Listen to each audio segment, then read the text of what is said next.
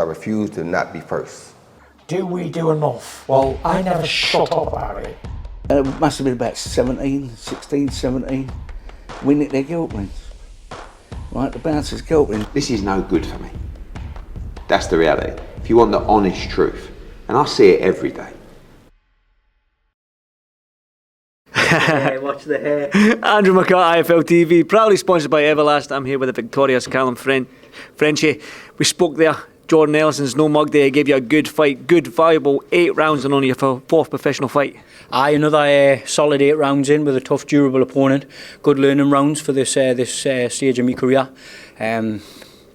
Looking to push on now. This year's about a bit more momentum, so hopefully I can go on and push on, maybe even for titles at the end of the year. I spoke to you as well that Jordan Ellison, he's tough. He's hardly ever been stopped, and he's took some zeros of these prospects, his unbeaten prospects. So he is no mug. So talk to me about the fight itself. You seemed a bit, when I listened to you with Jamie there, a bit disheartened about your performance. Why is that? Just a bit sloppy, getting caught with a few daft shots. Obviously, you dance in the rain, you're going to get wet, aren't you? But it would have been nice to be a bit more clinical in there, set the shops up a bit better, set a few more traps and that. But let's say a learning curve. Was nice to get out there in front of my home crowd for the first time in ages. Obviously boxing for GB all over the world, you didn't normally get a chance to box in front of your home crowd, so it was heartwarming to get a good reception like that. That's good. Well, talk to me. Last time I saw you was Cardiff in June last year on the Cordino Ogawa belt. It's been a long 9 months for yourself. You mentioned there then a fight being pulled in December. Frustrating time for you? I was meant to box on the Warrington card in December, and literally the day of the press conference, the Thursday, the day before the weigh-in, they got pulled. So it was like a full camp there that I'd done, and then had a little break over the Christmas, and then I was straight back into camp for this one. So frustrating times, but just trying to trust the process and try to be positive about every situation that comes, and just keep my head down and keep grafting.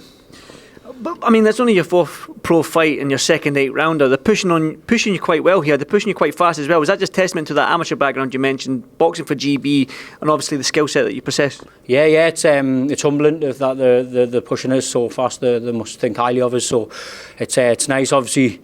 Like you say, a bit of a good apprenticeship done with Team GB, boxing all over the world. So, like I say, they want to push us on quickly, and I'm happy to do that. I'm happy to go as quick as they want to go.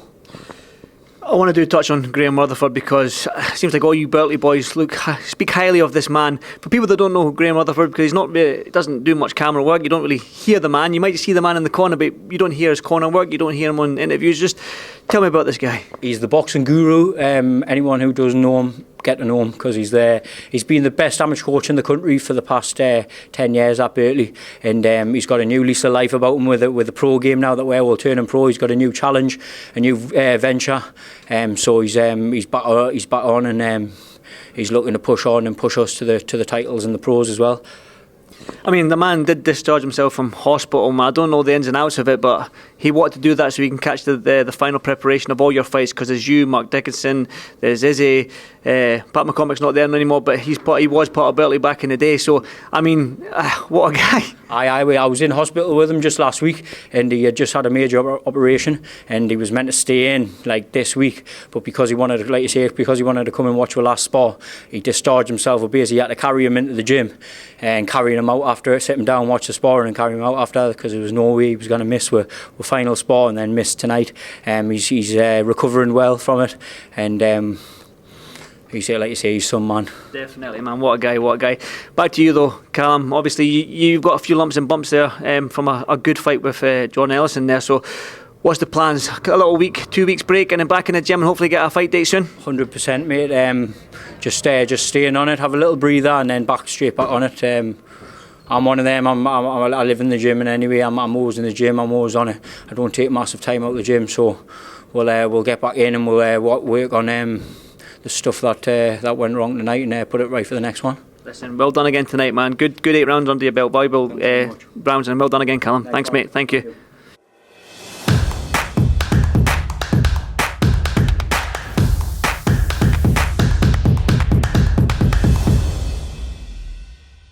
Refuse to not be first. Do we do enough? Well, I never shut up about it. It must have been about 16, 17. We nicked their guilt rings. Right, the bouncer's guilty. This is no good for me.